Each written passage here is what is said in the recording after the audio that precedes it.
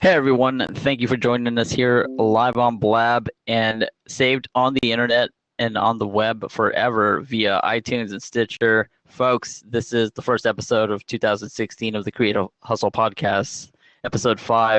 My name is Derek Sharp, and I am super excited to get this one done. This was booked a couple of weeks ago. Unlike a lot of you people out there that call yourself hustlers but are too busy or on a family vacation or a holiday or doing other stuff, playing PlayStation, watching movies. Some of us real hustlers and real grinders out there are getting work done. I was ready to do this and ready to go, and something called New Year's got in the way for a lot of you. I hope you guys do have resolutions. Myself, I don't really set New Year's resolutions. I look at things day by day.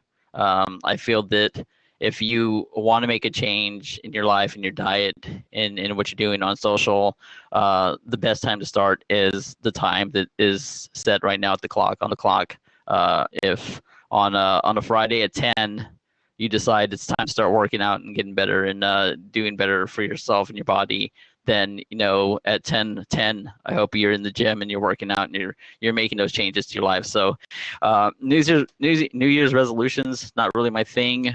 I do set some goals, and I hope your goals are reached. And a lot of us have goals that revolve around social media and getting your business going, and that's why, unlike any of my other guests before, I actually have someone who would consider himself a marketer. A marketer. He's a very, very active person on social, folks. If you've not seen his face plastered all over Twitter, then you really are not paying attention to the right people. The guy's really hustling. I've taken notice of that. He's our guest today for episode 5. Chris, and we'll go with, at first, I didn't know how to pronounce your last name. Honestly, do you get that a lot? Yeah. It's Kubernetes. It is Kubernetes. It's Kubernetes, but man, throughout my whole life, it's been like Kubernetes or Kubermus. People throw in like a mus at like they can't read the N, or because the E in the N can kind of look like an M sometimes. So, or the R in the N. I mean. So I get all sorts of stuff, but I mean, people can just call me Cubby. It works out pretty well. It does work out pretty well, and like I said, I learned it. I could have clued in with that, but I like to keep the conversation. This is it's not a stressful situation. I've had people that I've asked about doing the podcast. They want to send me questions ahead of time. They want me to send them questions ahead of time, and I'm like, look, it's two guys chatting. We're going to talk. We're going to talk what's going on. We're going to talk about the fact that, like I said, in this busy world, you kind of have to put more attention to social media, and you have to absolutely kind of put your story out there and kind of let the world know what's going on, or you get lost behind. It's absolutely true, man. Like, that's where people are. I always say be where the people are, and people are undoubtedly on social media. And you, sir, you do a pretty good job. That's why, one of the reasons why I wanted you on the show. Thanks. Like I said, on Twitter, you're everywhere, and the banners are everywhere. I try to, I do my best. I mean, I know for everybody, it's tough. I mean, you got a life to live, you got businesses to run. I just happen to, my business is also social media, but so I kind of killed two birds with one stone. But I think everybody just needs to do, well, not everybody. It depends on who you are, but there's so much to learn and so much to be gained from doing stuff on social media. And it's not necessarily about doing a lot, but it's about doing the right things for you and what works for you. I like to be a little bit more present. I like to, I don't know, maybe I'm a narcissist. I like to put my face out there. And it's really about, meeting a lot of people and engaging with a lot of people. And that's really been the best part. It's really added some great things to my life, just being more engaged with, the world around me and the people in that world. Yeah, I mean, So you didn't want to say that it's things everyone should be doing, but I'll go out on the limb and be like, it is things everyone should be doing. This we're in the new year, but my goal at the start of last year was that same goal was, I need to get myself out there and I need to great. start pushing. And I also feel like there are so many, and I mean, everyone's run across that one person where you're like, you are awesome at what you do and no one knows about you. And like I've Yeah. run across, and because I'm in the graphics field, like I've run across so many talented artists and so many talented people, and it's like a mishap or talking to someone that Yeah. knew someone that I finally met them, and I'm just Mhm. blown away by some of the stuff, and I'm like, what's your Twitter handle? Like, I'm gonna start plugging you out there. I'm gonna tell people about Yeah. you. I'm going to send people clients your way, and they're like, I don't have all that stuff. Like, very Yeah. very artsy. I could put out the joke, very indie bandish, kind of like, we just do our music. We're just we're artists, and Yeah. and that's great. Like, that's awesome. And that's how I was in the beginning of 2015. I was just like, I'm an artist. Yeah, I got my clients. They're happy. I'm doing good.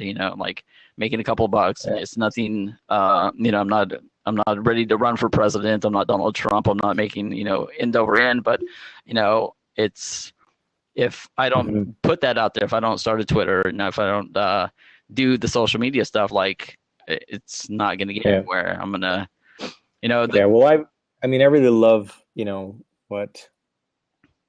what Steve Jobs said. He said, put a dent in the universe. yeah. I love that phrase, and I think that's, with social media, you can actually do that. If you got the chops and you hustle your ass off, nothing's for free. Like, you got to put in the work, and you got to listen a lot, and you got to learn a lot, and the learning curve's pretty steep. But there's been like no better opportunity ever to, promote yourself and promote others and get involved and sort of get your shit out there than there is in the last 5 to 10 years, because of the internet and because of social media. And to pass up that opportunity would be like, I say it's like marketers that didn't advertise on TV back in the 50s. It'd be like those guys that were like, nah, TV, not gonna do that. Yeah. And it's, And missing, the golden opportunity that was television back then. And social media is that today. It's this golden opportunity, and really it's free to everybody. You don't have to pay for it. So I mean, I'm a little softer in saying, it's not for everybody. Like, for example, I have a good friend that I'm meeting next week about this, because she obviously, sees what I do, and she's like, oh, I really, I got to get out there and do some more. And she's an introvert, and sort of, so I say, well, you also got to play into your strengths. Like, I believe that you should be on social media. I believe that you can really do a great job there, and you can learn a lot, and can meet the best kind of people. But you also can't, you also just have to play into your strengths and say, all right, I'm an introvert and I'm doing this, and and just realize that, and then play into that on social media. And then you might do social media a totally different way. Yeah. You can be that artsy person. It's a little bit more soft spoken. You don't have to be screaming your name from the top of the mountain, and still get recognition for what you do. Yeah. I mean, you just have to do it a certain way, right? yeah. I mean, if you're an introvert, then, starting a YouTube channel would necessarily not be the best thing for you. If you're more artsy, then Pinterest or an Instagram would be more of your thing, where you can share artwork and stuff like that. And not to get too far away, because I'm already like wanting to dive into strategies and things people can do. But Great. I do have a format. I am an official interviewer, so we'll start with that. At a young Chris at age 11 goes, I'm going to be a marketer, Mom. Is that is how the story goes, or was it? Well, I think it was about 11 actually. Like, yeah, it kind of came about weird in that sense. I was always like a little bit interested in design, sort of like you are. Yeah. And I would draw a lot when I was a kid, and I drew.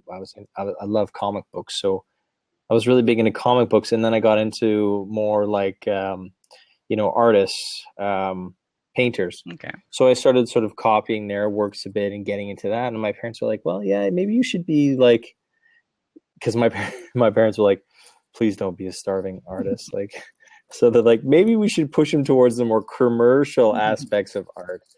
So We're not supporting you so forever now. so they kind of mentioned, oh, those, television commercials, and these advertisements that you see in the paper, like you can make those for a living. Yeah. And I was like, oh, really? That's brilliant. So I was super interested in becoming an advertiser or marketer. Awesome. And so at like 11, I was, asking about, buy me this book on careers in advertising. And they did. And then I went through the entire book and learned, about art direction and copywriting and media buying and all this stuff. And it fascinated me so much that when I got an opportunity to do an internship at an advertising firm, I took it immediately. Wow. And at like 14 years old, I was sweeping floors, making coffee, making signs, doing whatever I could to help the graphic artists out, doing whatever I could to help copywriters out. And really getting a good grasp on the industry. And then at 16, two part-time sort of years of that, I was cleaning up graphic files and doing design and doing stuff. And at that time it was like 1996, 97 ish. The web was just like hitting hard. And because I had a graphic background. Mm-hmm. I was in a band, actually. I was in music as well. Yes. And the band was like, we need a website. We need, to get on the online. And so I was like, well, shit, I'll figure that out. So then I learned how to code websites. And then from, 16 to 18, while I was still in school, I was building websites for whoever, mom, pop shops, friends, family. So I was really like learning the craft at a young age. And then I went to college and continued to put myself, through college, building websites. I ran my own marketing agency. I call it a marketing. It was really just me and a buddy building that's websites, doing audio. Like that's more than most people. It's usually their companies is a one-man solo mission. And right now, like, not to get too far off topic, but like that's how I kind of feel like. I also feel like your best, the person you can rely on the most is yourself. And I don't have it in me yet to be like, I want to hire someone and then hand over projects right away. I'm like, I don't, my drive and my hustle is, 20 hours on the computer, like work. If I'm not working, for my clients, it's stuff to better myself. It's work.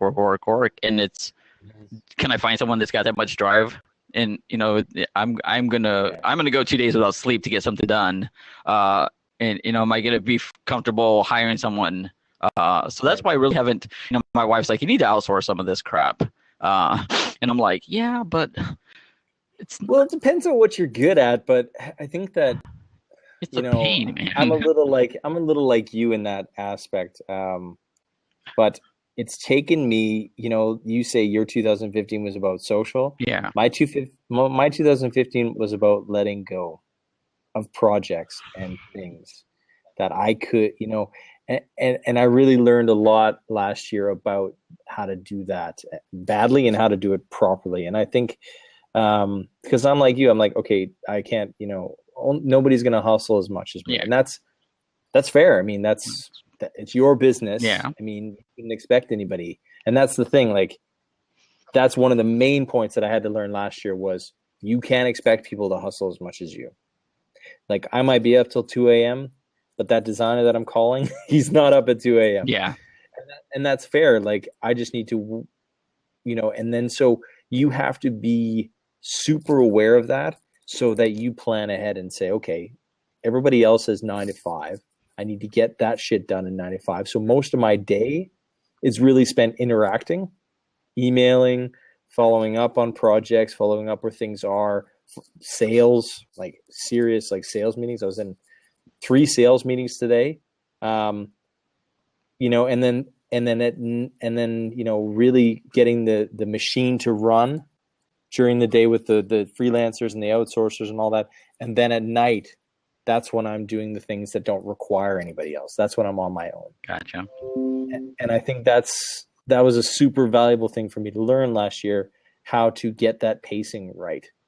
I couldn't rely on, a web designer or a web developer to do that at night. Yeah. Like, I found some really great ones. Like, Derek, if you find those people, hold on to them. Like, there's some great people out there that'll hustle as well. And it's your job to, like, as I see it, as a business person, to find those people. Yeah. And really, hold on to them and support them and do whatever you can to keep them in your network and sort of utilize them and pay them as well as you can. I just found a guy like the other day. He's doing some social media audits for me for a potential client, and he's a hustler, just like me. I love it. He's just like, we haven't even really worked out the deal yet, like how much I'm going to pay him. Yeah. And then he was just like, yeah, dude, I'm almost done. Like, you want it Monday? I'm like, thank you. Yes, please. I mean, where can I pay you? Yeah. Like, and that's what, so, I mean, that's where we, I went back with the earlier point of, those hidden gems, those people that, will work their butt off. Now, how do we get connected to that? And, I know social is a big part of the game plan.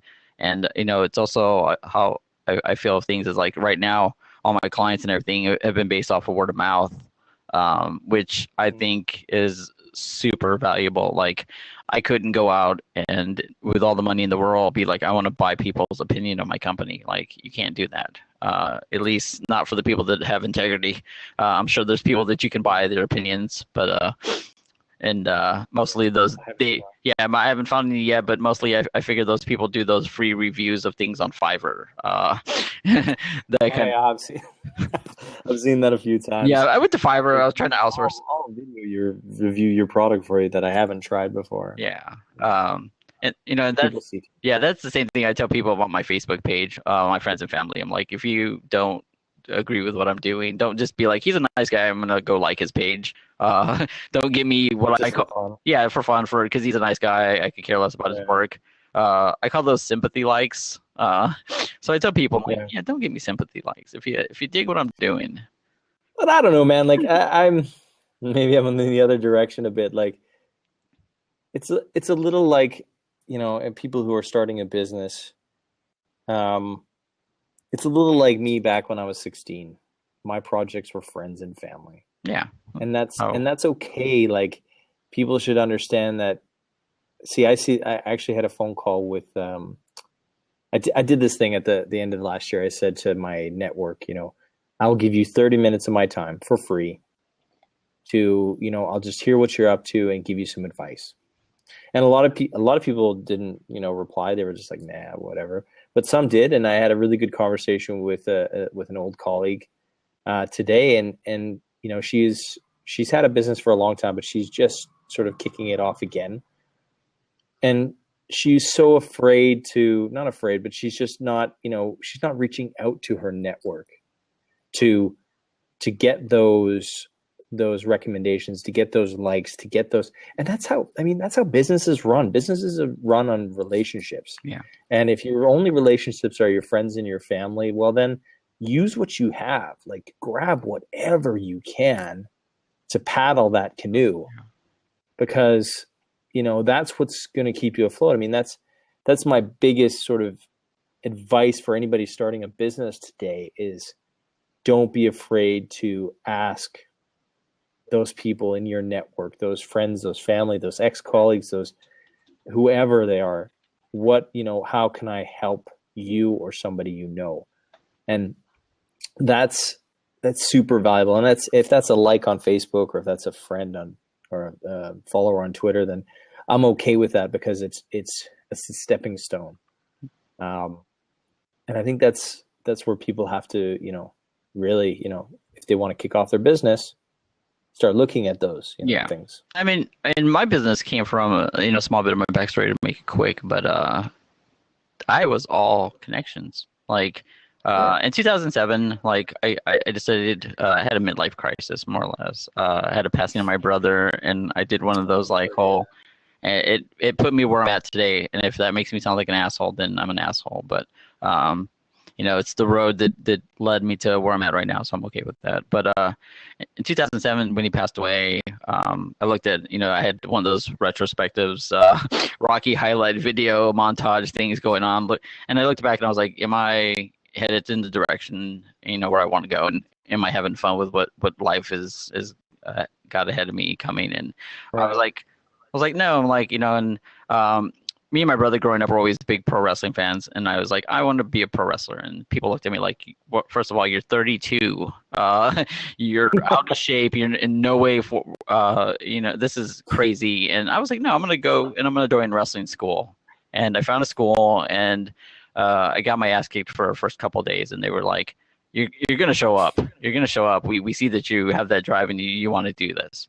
They're like, do you want to become a ref? So I was like, okay, the ref, that's an important part. Like, that's cool. And they were like, do you want to help us in the office? And I use this loosely as the office because, as you know from the indie days, it's a DIY. Everyone kind of chips in and does it themselves. And I was like, yeah, it's cool. So, our first big event came, and we went to the local guy here in town, and they charged us $80 for a flyer, and it was 2 squares and some text, some copy, and little squares.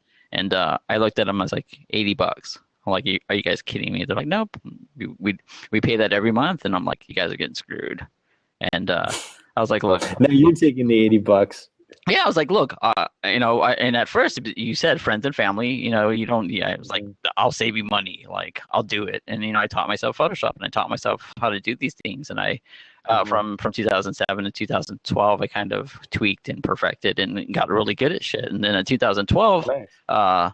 the guys, they were like, we're closing. Company's going down. Like, we're done doing this. Like, this is not costing us. This is not making us any money. It's costing too much. And like 2012, I was like, crap. Like, shit. Okay, like I could find another company, and I could keep doing this. And I looked at it, and I was like, well, between 7 and 12, like I made these contacts. Like, I have a network.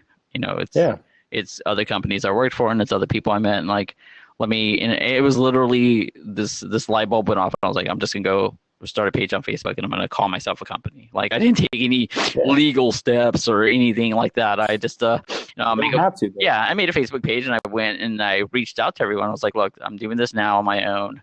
Like, here's my rates. And, that first, 2012, it was like, you can donate my time. Like, let me just make the connections, and let me make everyone know that I'm, dependable, and I'm always around and stuff like that. Yeah. And now it's to the point where it's like, it's a business, and I have to remind people that sometimes that it's just not me helping out like it used to be. But I mean, right. It's that's the way things. It's tough like that too when you've kind of set the precedent. It's the same, it's the same with me. I have friends and family that I've done marketing for, just out of the goodness of my heart, and I still do a lot of that, but yeah, I'm very careful now to say, like, listen, I have to run a business here.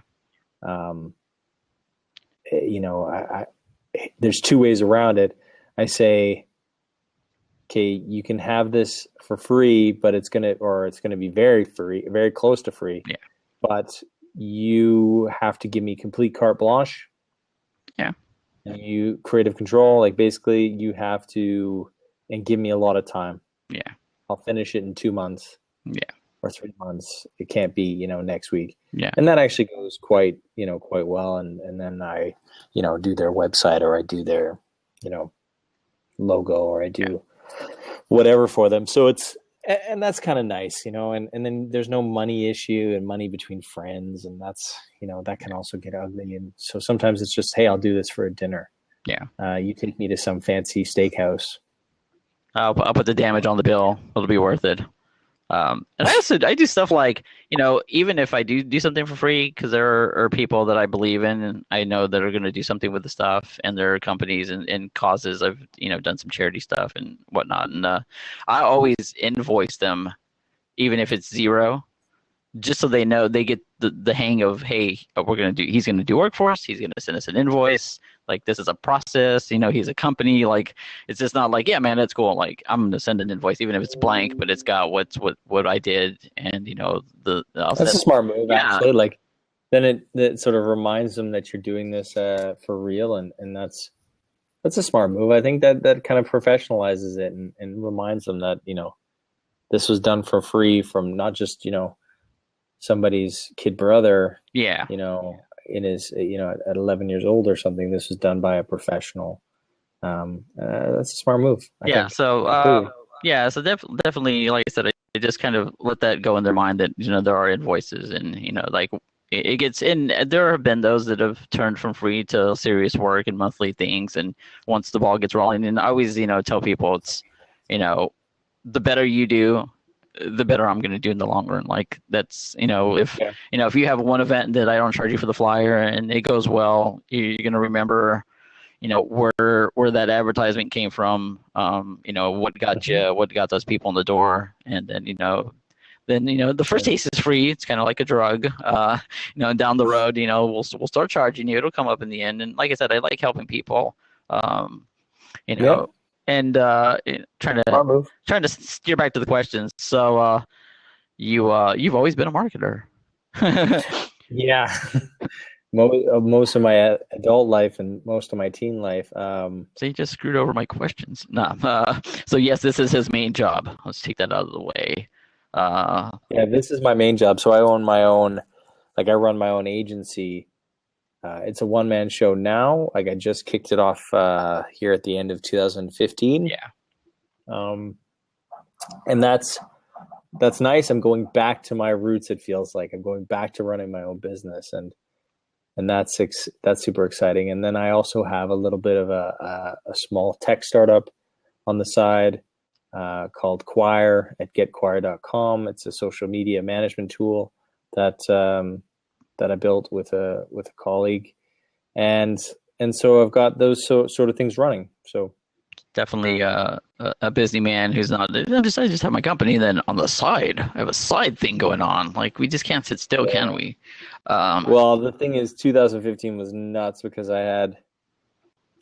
Okay, so let's talk about. I'm kind of like anybody who says they hustle. Like you got to hear this shit. So I was working my 9 to 5, Okay. and then I was doing freelance work to pay for my tech startup, and then building a tech startup on the side.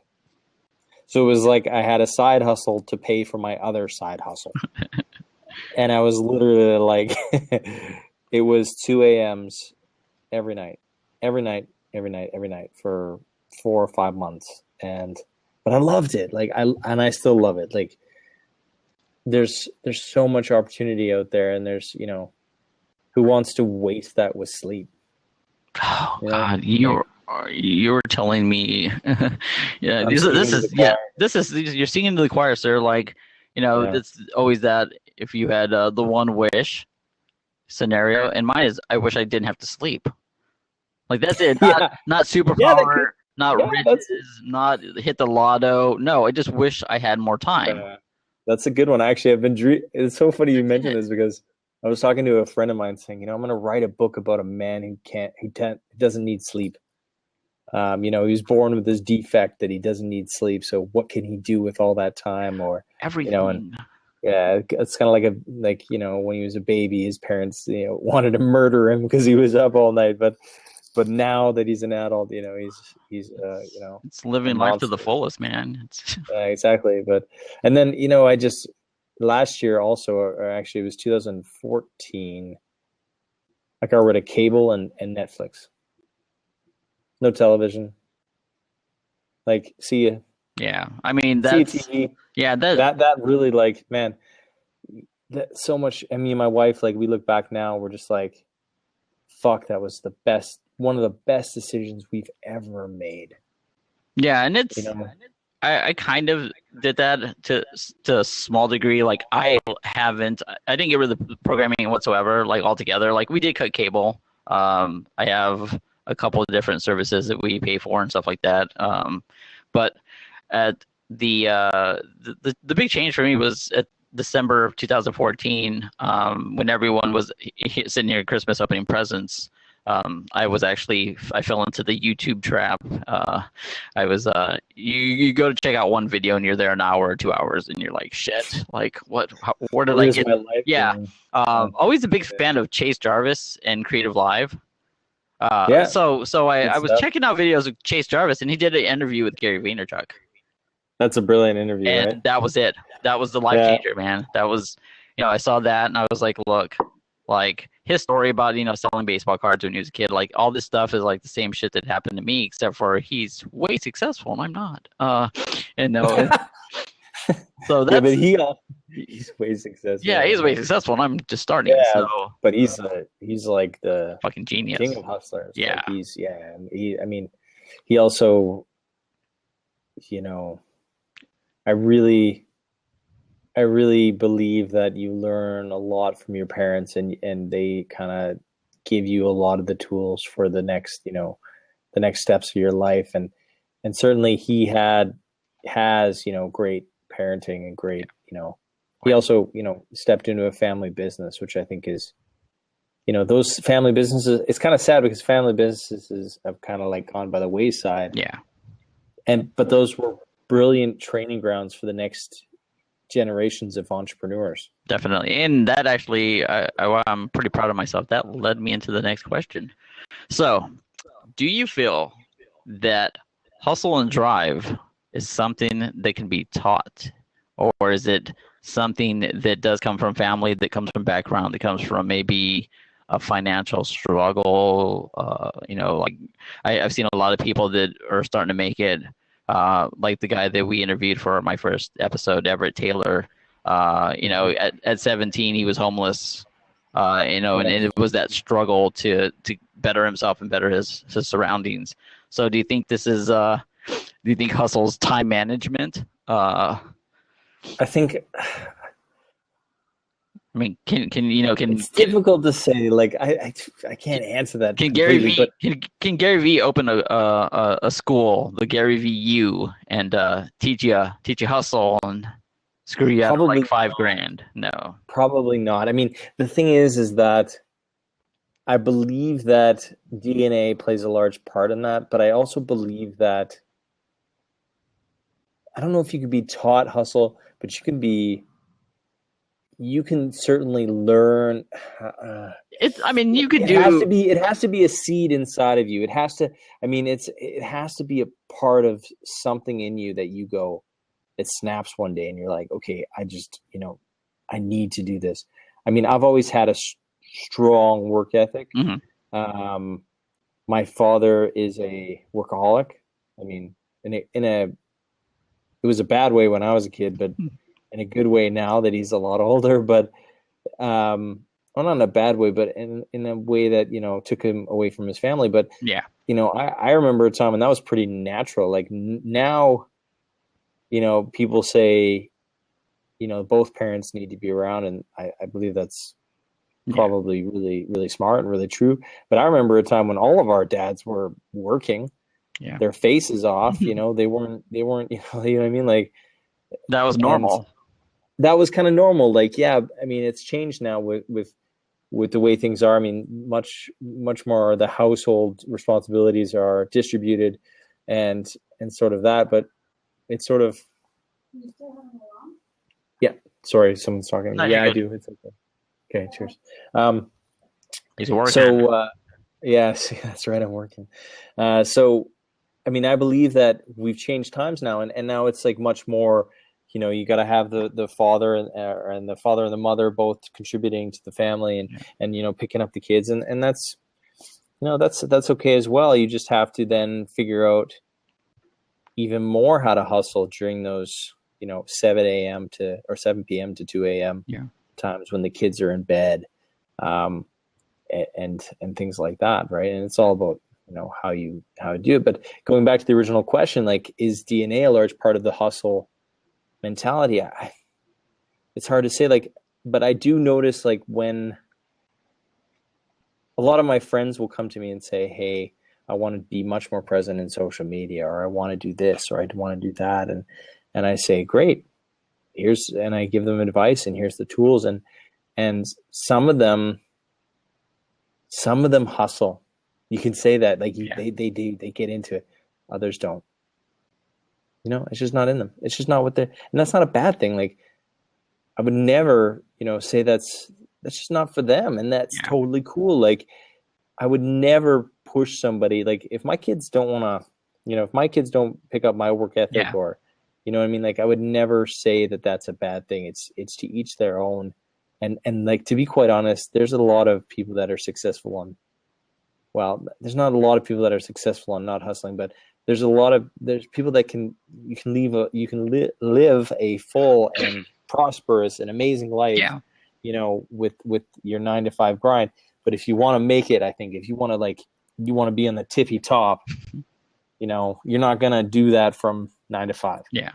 And I mean, it doesn't happen. When to go back to that video I was watching, I was watching everything Gary was saying, and I was like, I didn't know that was, I didn't know what hustle was until that video. Like, I just, I'm a bit older, I just turned 40, and a part of me is just like, congrats. Thanks.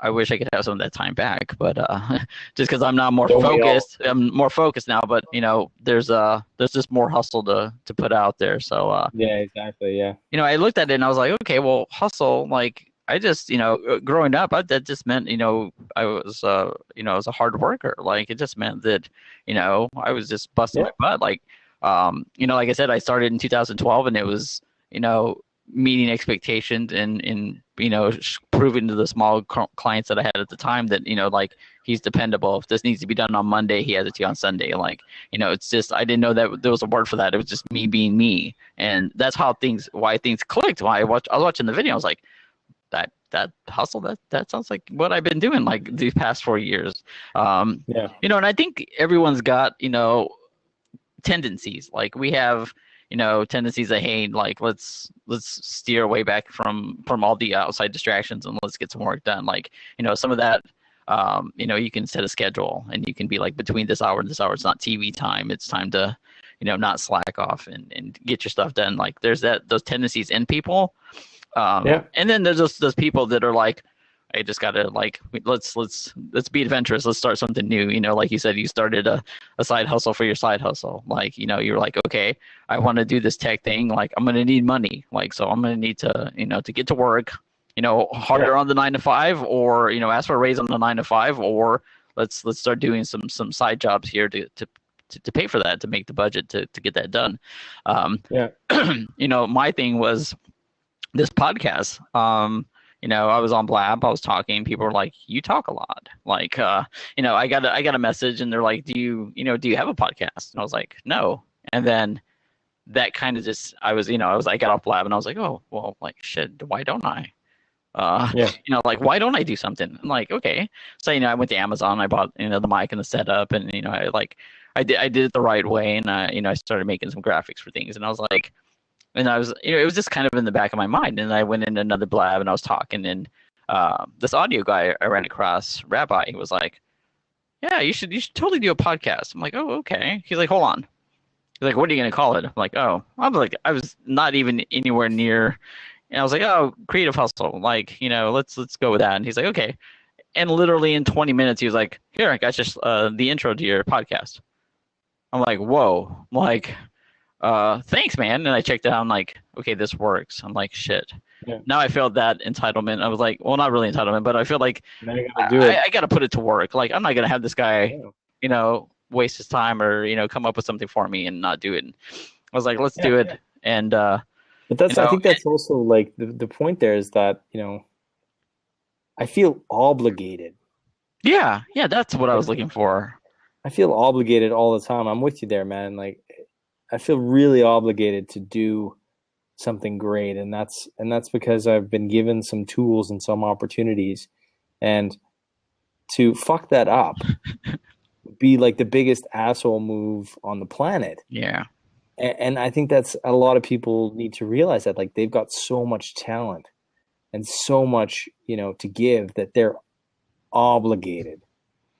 to do it. I tell people too, like, go check it out. Check out the podcast. I give them the URLs and like search on iTunes, whatever, if you use iTunes or not, Stitcher and all that crap. And I'm like, look, like, and I go honest. I am told 100% honest. Like, it's horrible, especially the first couple ones.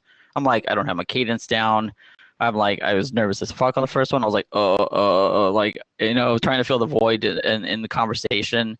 And it's one thing to just go in a blab room and talk, or just have a conversation with a friend. Yeah. But to be able to keep the conversation going with somebody that, and that's another thing. Like, I could have pre-interviewed you and got a feel for what you're about and a vibe. But folks, people who are in the room here listening in, this is the first time we've talked. I want that nervous energy. I want to not know what your answers are.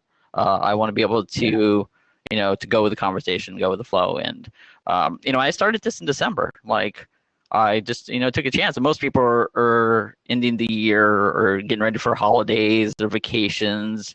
And, my wife went to work on Black Friday, and I sat here and I recorded audio for the podcast. And I was, between turkey comas and sleeping, I got the podcast up and running, and I have more respect. That's what you have to do, right? Yeah, like, and I have more respect for people who take the plunge and do stuff like this. Getting things going and going to iTunes and getting submitted and all that good stuff. Like, there's some work behind it, and now I totally appreciate the editing aspects and all that stuff, and it's something I never would have realized. It's like, they just record podcasts and just, plug it in, they're done. And there's a lot of background, right? It's a lot of work. Yeah, but that's, anything worth doing is in some ways. But yeah, and that's also, one of my points that I have with people is like, you just have to get started. Yeah. One of my friends is a drummer, and he's been doing some great things lately, and he got himself hooked up with an amazing songwriter, and they're doing, they're doing audio and music for film now. Awesome. A lot of film. And I think they also have like an HBO deal that's going to land pretty soon. Awesome. And so he's doing great. And he's just like, I got to get out there and I got to do, and I just said, start. Yeah. Stay. Like, it's that fucking simple. Like, you have an Instagram account, start today. Put up video of you drumming. Done. Like, stop hesitating. Like, I need a strategy and I need this and I need that. No, you don't. Your strategy will come. Yeah. Like, it's like asking somebody like that's never, it's a little like asking somebody who's never swam before to just swim. Well, it doesn't happen. You got to get in the water. Like, you can't test it out on land first. You have to just jump in and start. Start in the shallow end. Don't just jump in deep. Start in the shallow end, and you'll find out, this water thing, it sort of, feels like this. And it's the same way with business. It's the same way with social media. Just get started. Yeah. Especially in the year we're in right now, like, there are so many different tips and guides and books, and you could read a million things on how to start a podcast. And some of it, like, I looked at some of it just because, like, in the fact that, like, for keywords and stuff, when I did the descriptions and stuff like that, like, I didn't want to get totally lost. But, a part of me too is like, it was so weird because a part of me is like this guy that was, I'm just going to do it. And, like, I don't care if anyone doesn't subscribe. I'm just going to do it for me. And then it turned really quickly to, well, I don't want to become one of those burnouts. Like, I have friends that are like, how's that podcast going? And, like, they're like, yeah, I gave up after a month. Like, like, I couldn't find enough people to talk to. And so I wanted to make sure I had, like, things lined up on that aspect. I don't want to do any episodes. I know that what an episode of myself talking without someone would be, and nobody needs to go through that. Nobody needs to look back at that and be like, this guy's just blabbering on, which, I do anyway, but at least if I have someone. A lot of podcasts are like that, and some are good. And yeah. You just have to, sometimes you won't have a guest. Like, sometimes you'll have a guest cancel on you at the last minute. And you're like, okay, does the show must go on, or is it, It's going to be a short one, folks. Yeah, but that's okay. Like, I love this one podcast from Dan Carlin. He's a political commentator and historian, Awesome. and he had an episode come out a couple months ago that was like, okay, this was, this show was supposed to be about something else, but something else came up that was much more interesting, and he flew with the punches, and it's a great, that was a great episode because he was able to because he knows that he's got to put it out. It's in his schedule. He needs to, and I think that, to your point about there's a lot of burnouts, there's a lot of people that flame out. I mean, I'm starting a YouTube show right now. Like, I think the first one I put up has got I put it up on Facebook and YouTube, but on YouTube, I think it's got 2 views, the first episode that I put up a week ago. Yeah, that's just the way it is. Yeah, well, definitely. Yeah, definitely. Nobody knows who the hell me. I am on YouTube, right? Yeah, that shocked the hell out of me because you were like, I was like, my YouTube channel doesn't have anyone subscribed, and you're like, mine neither. Like, he's just screwing with me. I'm like, and so I went and checked it out. I'm like, oh, maybe not. No, I don't.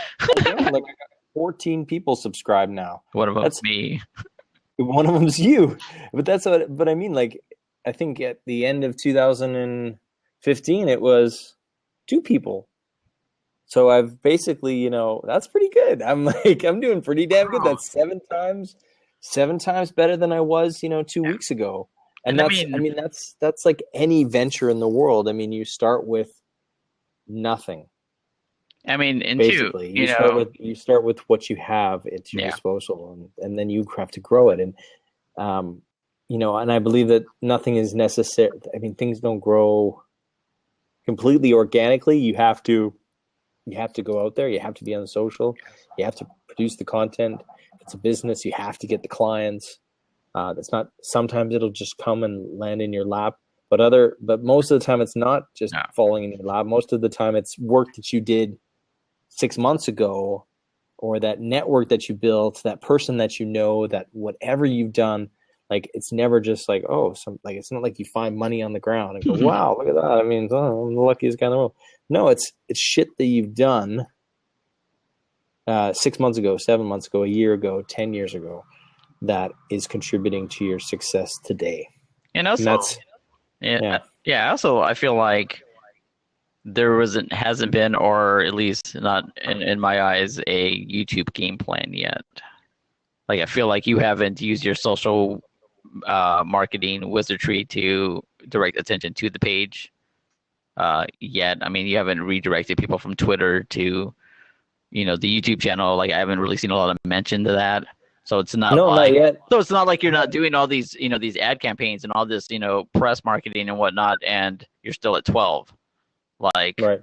And that's another thing I wanted to get to. Like, I love the YouTube videos.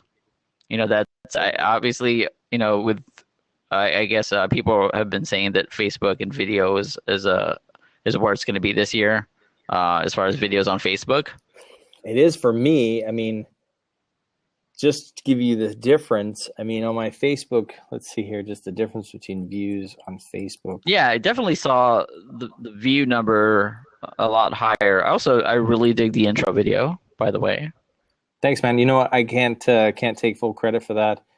That's a great video template that I bought off of awesome. Off of videohive.net. Nice.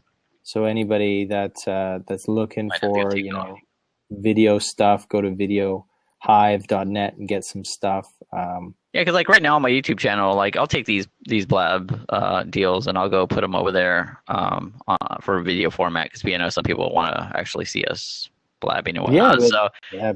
People love that. I mean, and it's at my disposal to use. So I just I put them up there, and I'd like to have a very Gary V show intro kind of thing. I just don't have the money to pay D-Rock.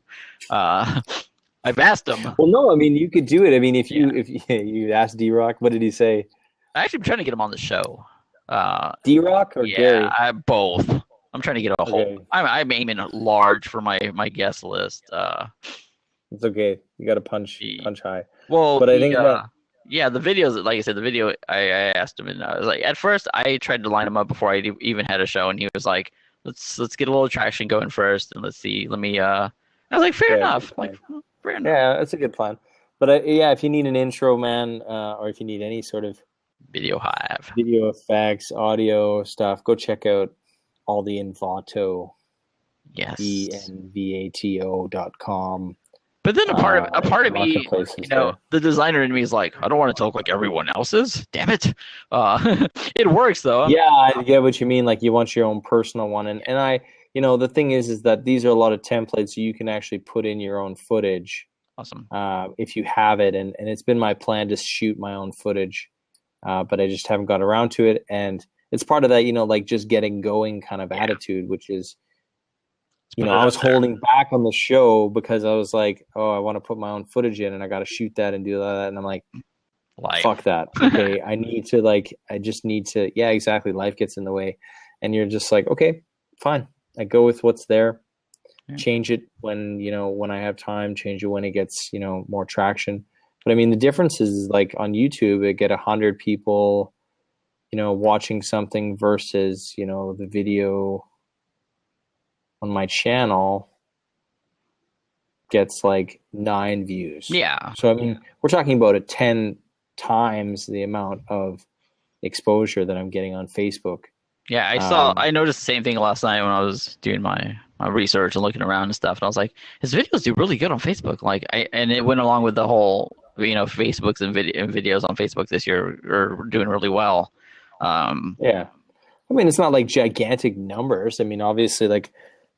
But the good thing about starting something is like it's brand new and you just have to start somewhere and I'm happy with anybody watching it. Like really, like I think I'm super honored when anybody spends any time with me on my content because there's so much stuff out there and there's so much great stuff. Like it's amazing that somebody would even press play.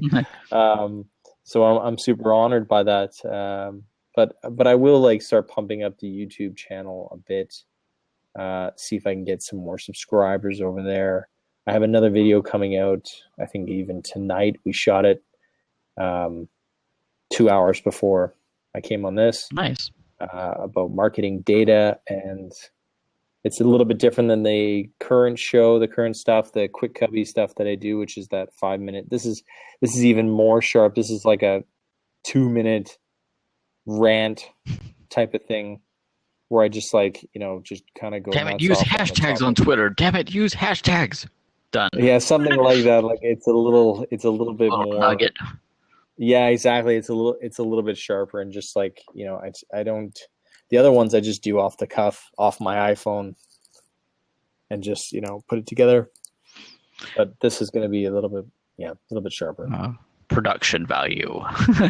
Yeah, exactly. Well, I did. I brought out my, I brought out the guns. I brought out the 5 Mark III for it. Not messing around now, folks. Exactly. Instead of the iPhone, so I'm gonna look great, as great as I could look. You might want to update the photos too. It throws me off every time on Twitter. Like I'm like, he's not what? He's shaved, and that's not him. And then I look. Yeah, that's true. Actually, the headline, the cover photos that I've used with the like, who's this clean cut guy? Yeah, exactly. The carve your own fucking path shirts. Yeah, that is. I don't know what happened. I don't trust that guy. My wife got me to shave. And then I was like, and then I still had that, I had that photo shoot, and I was like, shit. These aren't going to be usable. Damn you woman. I can't trust that guy. I want the grizzled hustler with the beard. That's right. Yeah. No, I'm going to redo them soon, I hope. Nice camera sitting there. It shouldn't be an issue. No, it's not. I mean, I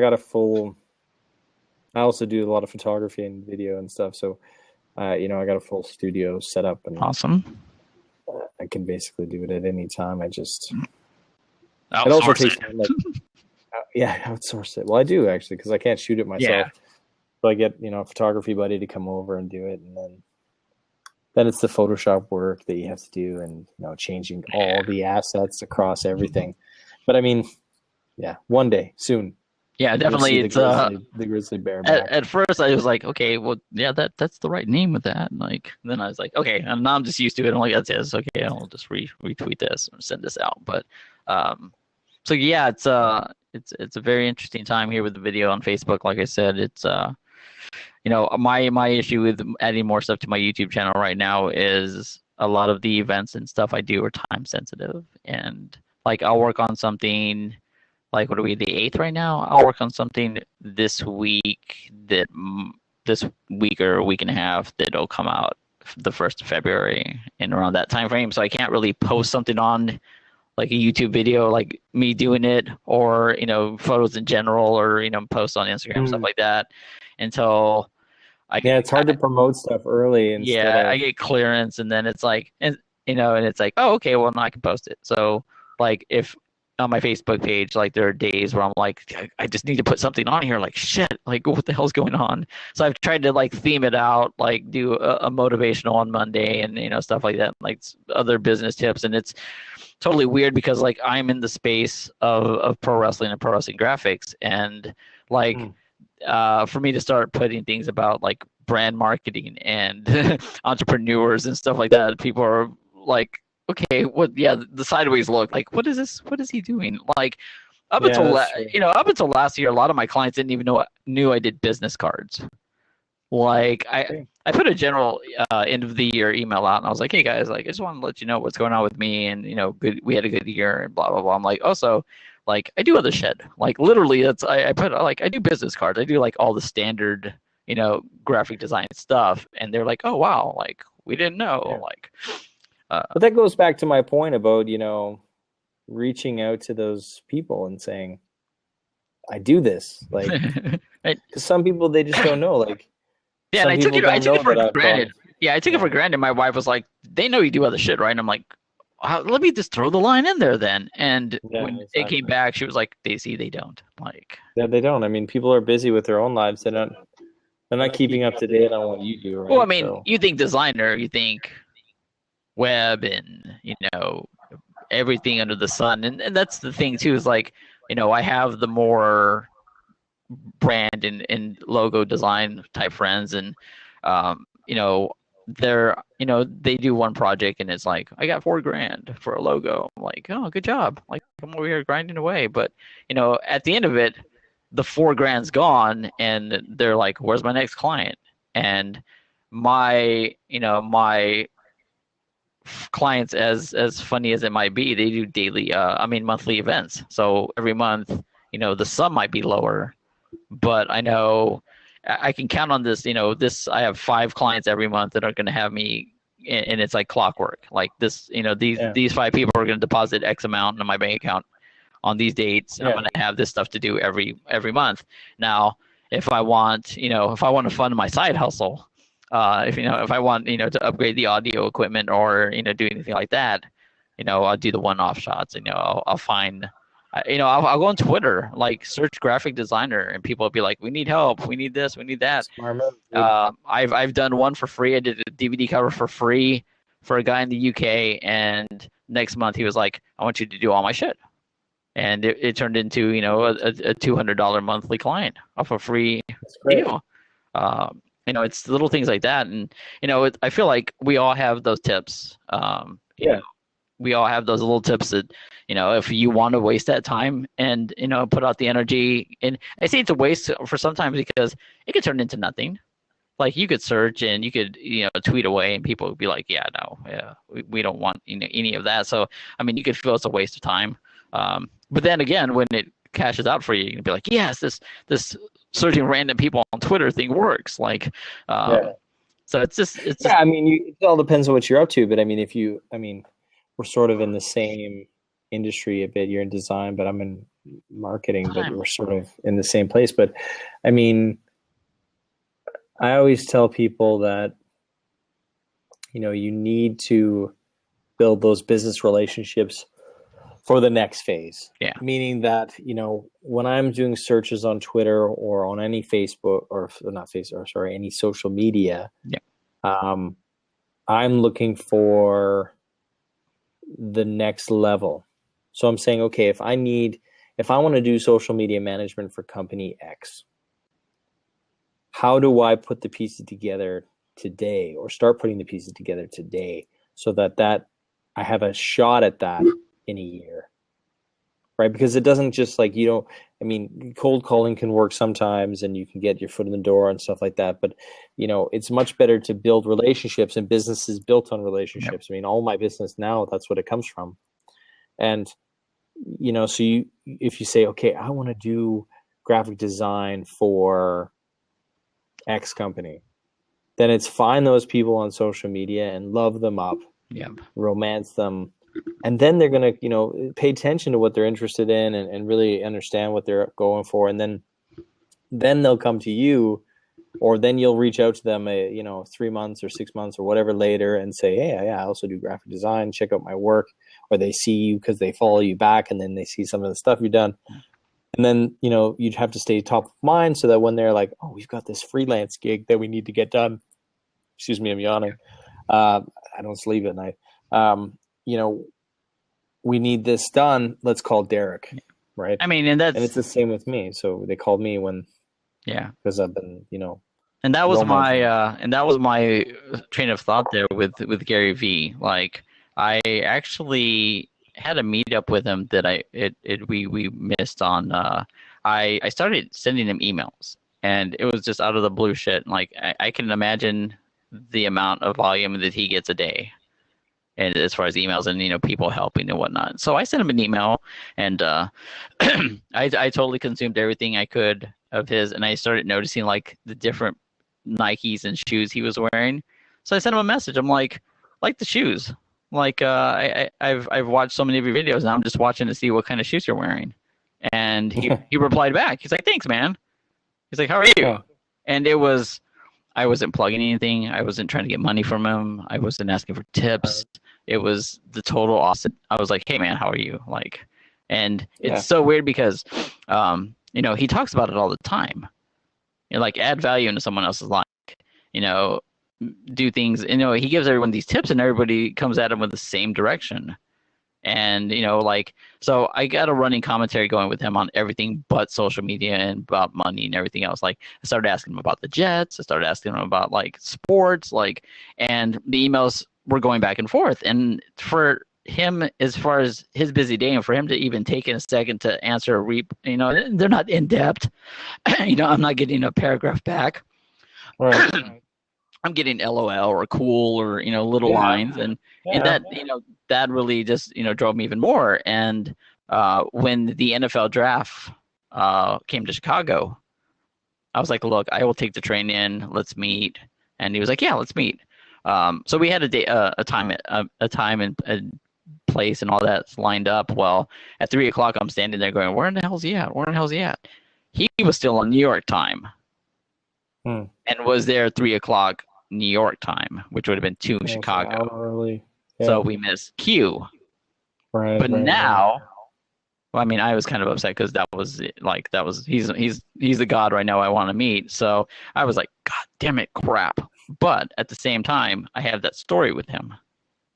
Yeah, but and I mean, now he knows me from the miscue. Yeah, but sometimes it's the things that don't happen, or the mistakes that happen, or it means like if you have a vacation where everything goes great, then you come home and people are like, how was your vacation? It's great. Yeah. And now, like I said, now I have that. Like, yeah, it rained and our shit got stolen. And then you got a story from a lifetime that you remember, like when you're 80 years old, sitting on the porch, and you say, hey, honey, remember when we went to Thailand, and I drank that tiger blood, and Charlie Sheen showed up.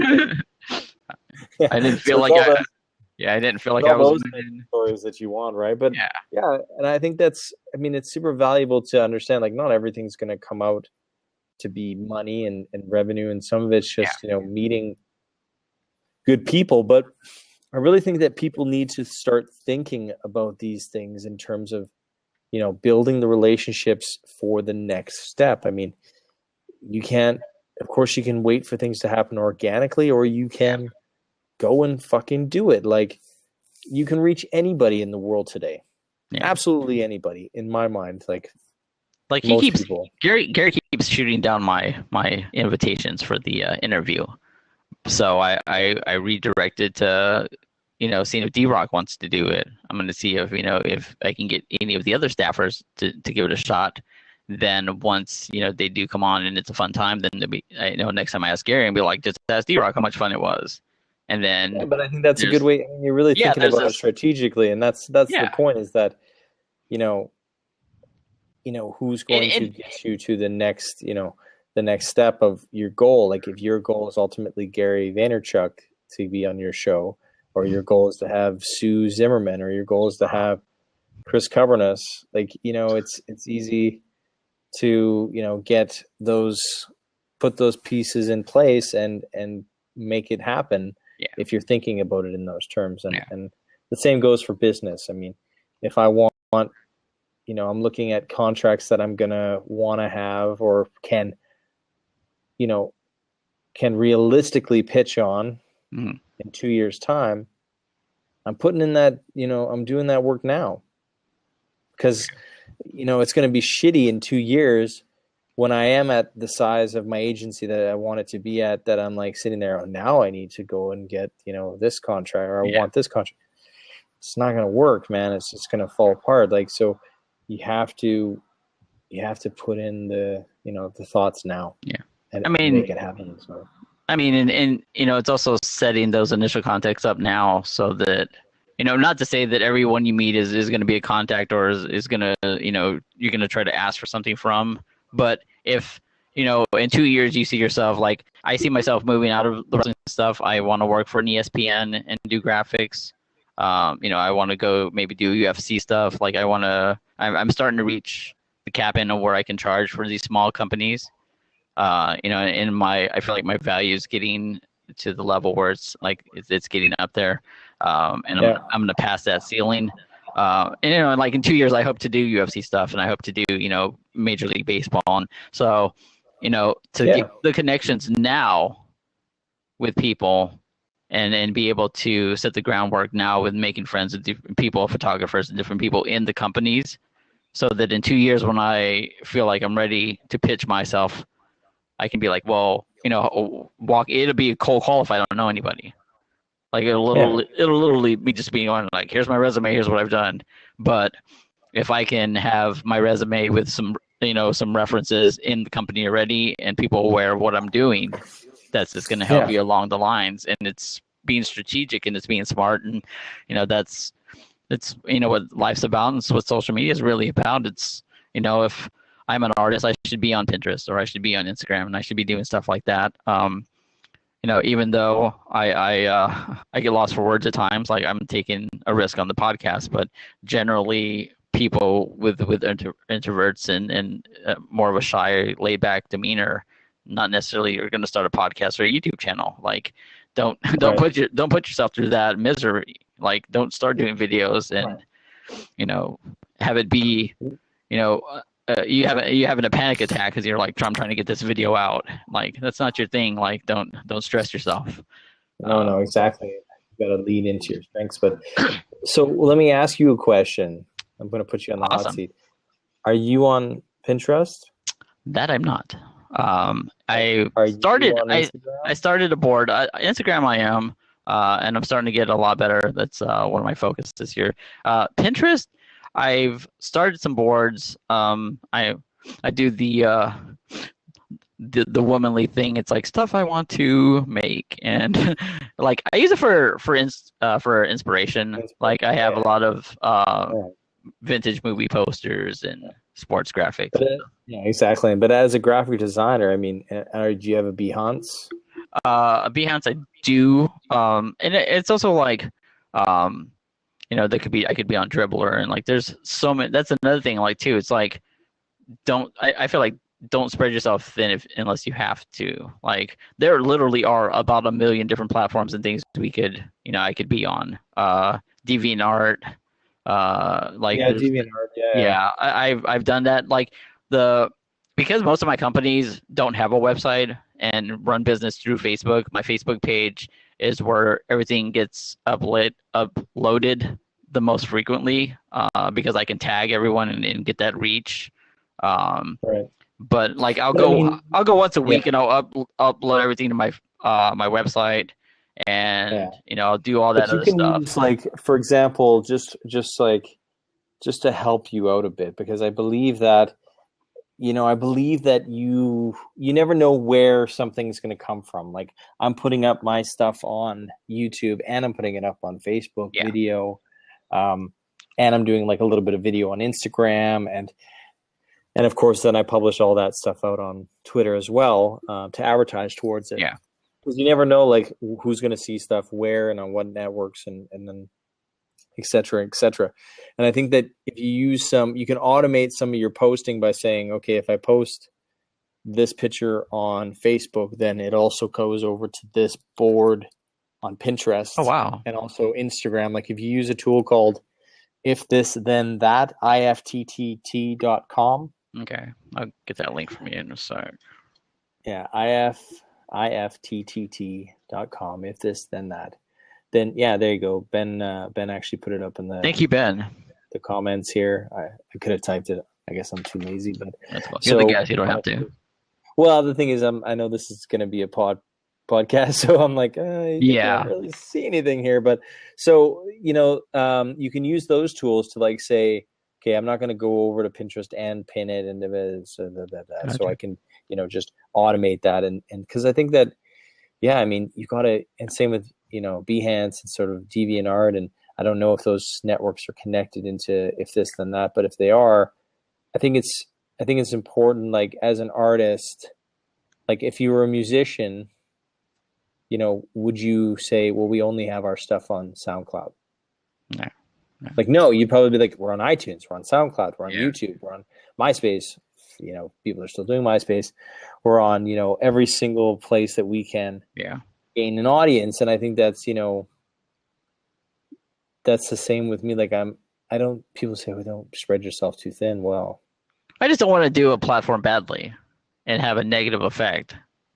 I don't think anybody. Like, I just want to start throwing shit up on Pinterest and be like, I do have a folder that says our work. I do have that folder with some of the stuff that I'm more proud of, I would say. But like I said, I'm fully aware I'm not using Pinterest like I should.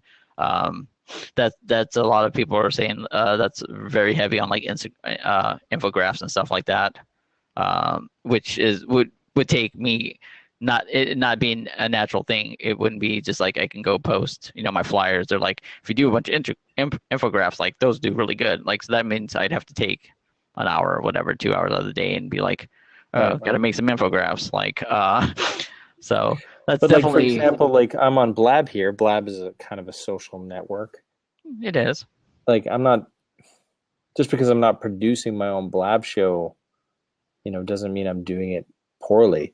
And just because, like, I'm also, like, I have a Periscope account, and I Periscope. I was going to ask you about that. Yeah, like, I Periscope every once in a while. It's not something I spend a ton of time on. I'm also on Snapchat.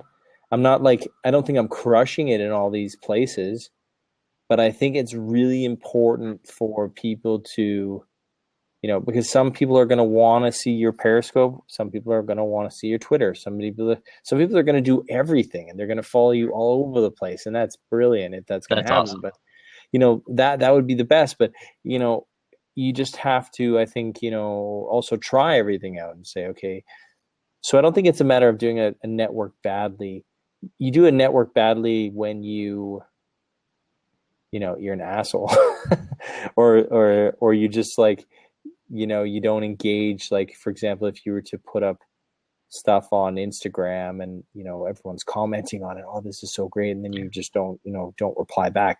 That's when it gets bad. But, so how do you feel if I posted something on Instagram and then it was like a month later posted something else? Like, well, I don't think that's consistency wouldn't really bother you. I mean, it's not really building anything if you're like, just once a month I post something. Like, I think it's you're not promising anything. Like, if you were out there saying, I'm going to promise that every day I'm going to post something, and it doesn't happen, then I think that's a problem. But it's all an expectation, and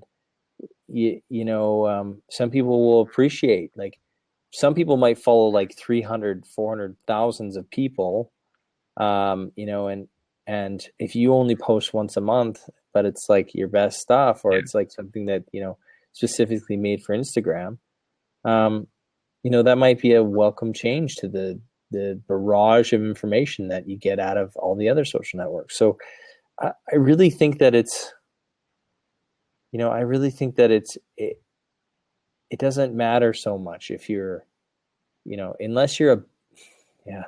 Because On the other side, I'm also telling people like I had like Stu Zimmerman. Stu Zimmerman is like, you need to post like 3 times a day, and I'm like, my life is not that interesting to post 3 times a day. I can post, you know, once every couple of days, like.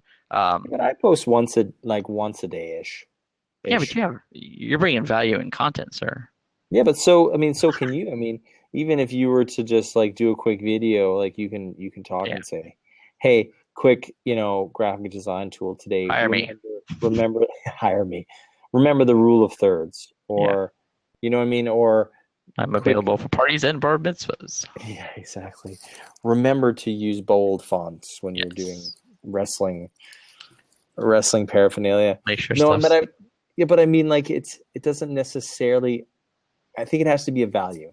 Yeah. The posting schedule doesn't necessarily matter that much. To some degree, because depending on what you're after, I mean, yeah.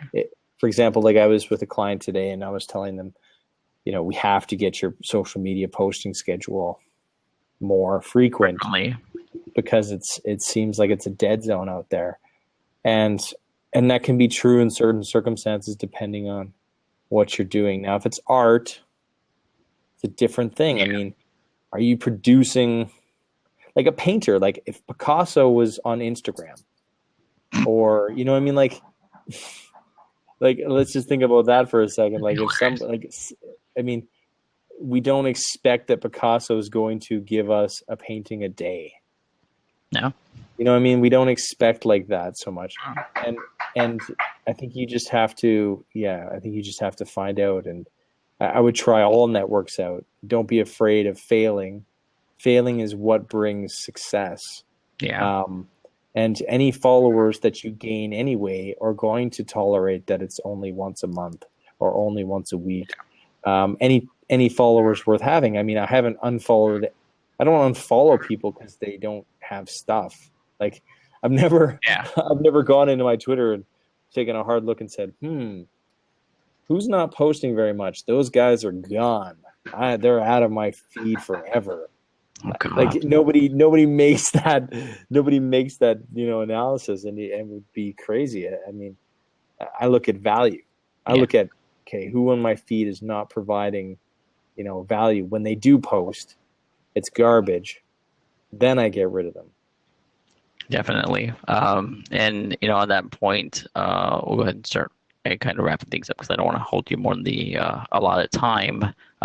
So we'll go ahead and we'll do one quick question, and then I'll do my 5 bonus questions, and we'll get you out of here. So who are the people you're watching? Like, where's your attention besides the followers and whatnot? Like, who are the I know I mentioned Sue and Miss Zimmerman, her tips for Instagram. Who are your I don't want to say motivational people, but who are your I mean, I follow. I mean, there's so many great people too. I unfollowed Gary Vaynerchuk, and then he followed me, so I followed him back. He hooked me back in, so I unfollowed. Snapchat or on where at? No, on Instagram and also on YouTube and also on everywhere. I unfollowed him because I was spending way too much time watching Gary's stuff. I was just like, shit, it's just so good that I'm just spending way too much time on it. Yeah. So it was like my Netflix account. I'm like, okay, fuck this shit. Gary's gone. I love him, but he's gone. And then he asked you, and then you're like, and now he sucked me back in. So I'm back on Gary Vaynerchuk stuff. I do follow Sue a little bit here and there, both on Snapchat, on Periscope, on Instagram. I really like on Blab. I follow Jonathan Tripp from Blab Nation. I kind of look at his stuff. That's kind of nice. from a, social media, like on Twitter, I'm really into Jay Bear. His stuff is good. I'm following, there's a lot of people that sort of tweak my interest. I'm just going down my feed here because, Marketing Land, all the stuff from them, all the stuff from Convince and Convert, which is actually Jay Bear's agency, is great. I always tweet that stuff out. HubSpot stuff is always great. And then in terms of, let's see here on Instagram, I follow one great Instagram tipster. I'm in her Facebook group. Awesome. Her name is, I'm just getting it here. I can't remember her name off the top of my head. I don't know why. And while he's looking that up, folks, we're already coming to the end of this. I'm gonna try to do. I'm gonna get in trouble if I don't plug my sponsor. Plug away. Yes, plug away. Our natural conversation, folks. I do have a sponsor to add to the list, folks. Hustle and Grind. You can find them on Twitter at Hustle Grind Co.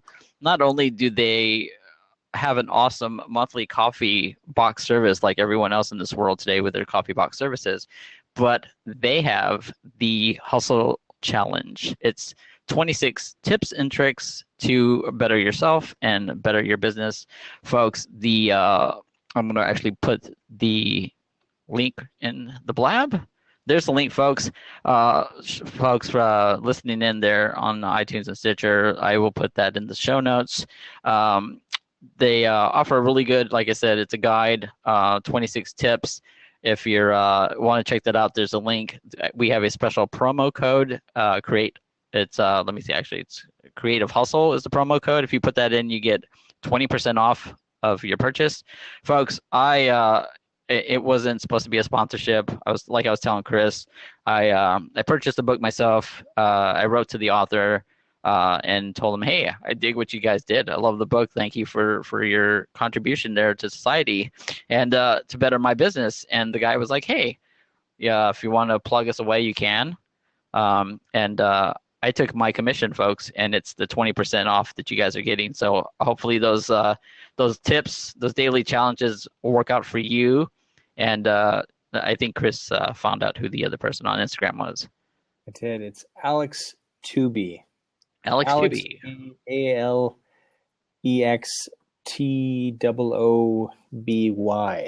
Awesome. She's got a great Instagram account and she's got a Facebook group as well that's got some amazing tips and tricks and I think that's but I've started to really not follow a lot of people. I know that sounds a little selfish. Like I follow.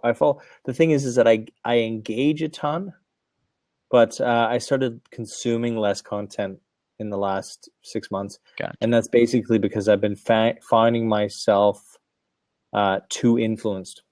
Gotcha. Simply put, like too influenced by what other people were sort of putting out and sort of picking up their nuances and stuff. So I was just like, okay, this is getting strange. Yeah. So I had to sort of, and it was taking a lot of time. Yeah. I wasn't producing my own content. I was consuming everybody else's. So, I'm not like Gary Vaynerchuk. I read books. I read a lot of books.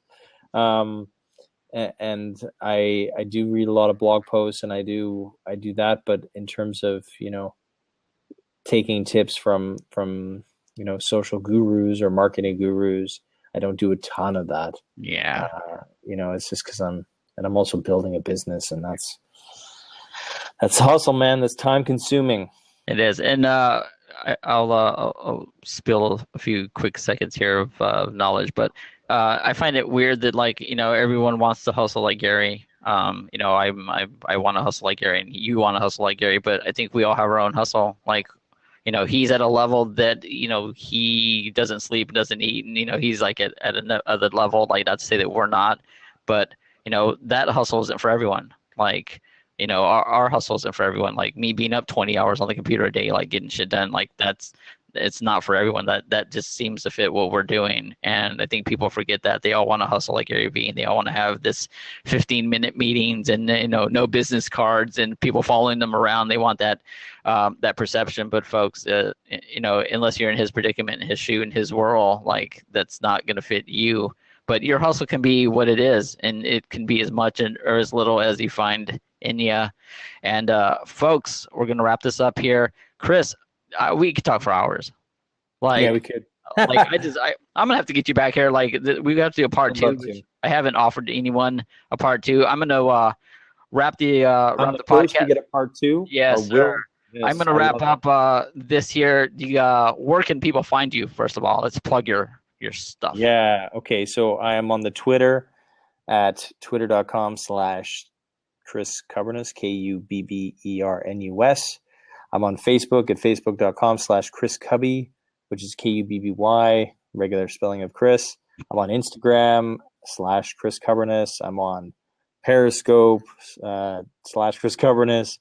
YouTube. I'm all over the place. I mean, really, I have my own website, chriskubbernus.com, CHRISKUBBERNUS.com. I post weekly blog stuff, business tips on Instagram. I do a video there every day-ish. I do a little tips thing, and then I do a Facebook video. So, I mean, I'm really trying to provide some serious value to people. Thanks, Ben, for putting it in the Blab comments there, my stuff. And, I really work hard to put in the value and give you guys some good stuff that you can use, tangible stuff. Like, there's a lot of advice out there, some good, some bad, and there's a lot of fluff, in my opinion. And I really want to cut through the crap and just get to, okay, this is a tactic.